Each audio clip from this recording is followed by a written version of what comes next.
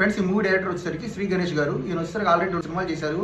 ఇది తమిళ్లో, ఇది 3వ సినిమా అయింది. టాప్ డైరెక్షన్ అసలు అయితే అసలు ఆ సినిమా చూస్తున్నట్టే మనకు అనిపించదు.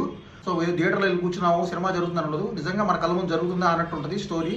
సో ఈ మూవీలో మెయిన్గా అసలు mind blowing performances. Sarath Kumar గారు అయితే అసలు ఆ పాత్రలో జీవించేసారు. అసలు టాప్, అసలు చాలా బాగా చేశారు. అసలు ఆయన అయితే అసలు ఆయన పాత్ర అయితే అమేజింగ్. ఆయనకైతే అసలు ఈ సంవత్సరం గ్యారంటీగా best actor in supporting role compulsory వస్తుంది ఆయనకి. ఎఫిక్ పర్ఫార్మెన్స్, ఆయన సెటిల్డ్ పర్ఫార్మెన్స్, అసలు సూపర్ యాక్ట్ చేశారు. అలాగే సిద్ధార్థ్ గారు కూడా చాలా బాగా చేశారు. సిద్ధార్థ్ గారు మనకి నువ్వు వస్తాడు వద్దంటానా, బొమ్మరిల్లు సినిమాతో మనకి తెలుగులకు బాగా తెలుసు, బ్లాక్ బస్టర్ మూవీస్. అండ్ దాని తర్వాత చాలా సినిమాలు చేశారు కానీ పెద్దగా హిట్ అవ్వలేదు, సక్సెస్ అవ్వలేదు.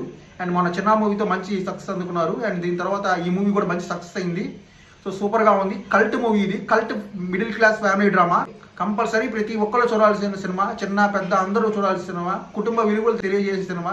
అంటే ఫ్యామిలీలో ఎన్ని కష్టాలు ఉంటాయి అన్ని ప్రతి ఒక్కరి, నాన్నట్ట కష్టాలు పడుతున్నారు, అమ్మట్ట కష్టాలు పడుతుంది, పిల్లలట కష్టాలు పడుతున్నారు, అండ్ వాళ్ళకి వచ్చే సమస్యలు ఏంది మొత్తం అంత వివరంగా చూపించారు. అండ్ మెయిన్గా ఈ సినిమాలో ఐటీ ఉద్యోగం చేసే వాళ్ళ యొక్క జీవితాలు కూడా చూపించారు కళ్ళకు కట్టినట్టు.